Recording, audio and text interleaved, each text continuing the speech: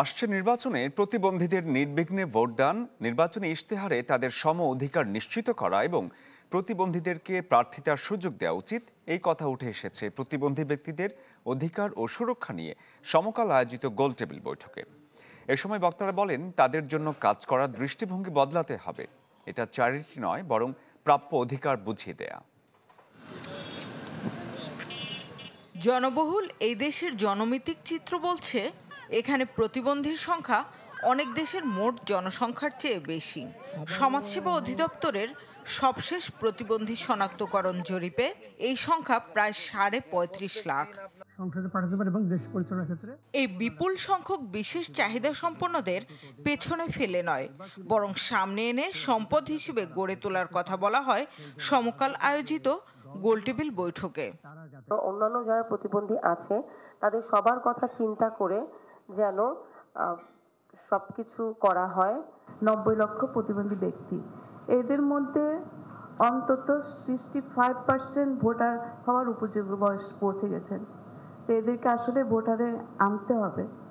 প্রতিবন্ধী বিষয়ক আইন ও সুরক্ষা নিয়ে কাজ করা জাতিসংঘ সহ সরকারি বেসরকারি অংশীজনরাও তুলে ধরেন তাদের মতামত।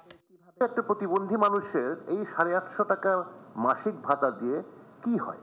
রাজনীতির মাধ্যমে সবকিছু হতে হবে, এবং আমরা সবসময় বারবার বলছি যে চ্যারিটি আর চাই না।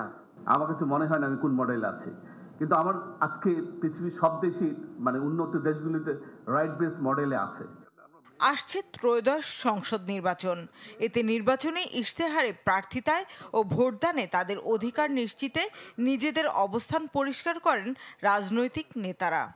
এটাকে আমরা ভেঙে ফেলতে চাই নতুন একটা সংবিধানে, যে সংবিধানে প্রতিবন্ধীদের জন্য আপনারাই লিখবেন। আপনাদের এই দাবিগুলো আমাদের আগের নির্বাচনে ইশতেহারে আছে, কিন্তু নির্বাচনই তো হয় নাই। প্রতিবন্ধী ব্যক্তিরা কোনো রাষ্ট্র সমাজের বোঝা নন।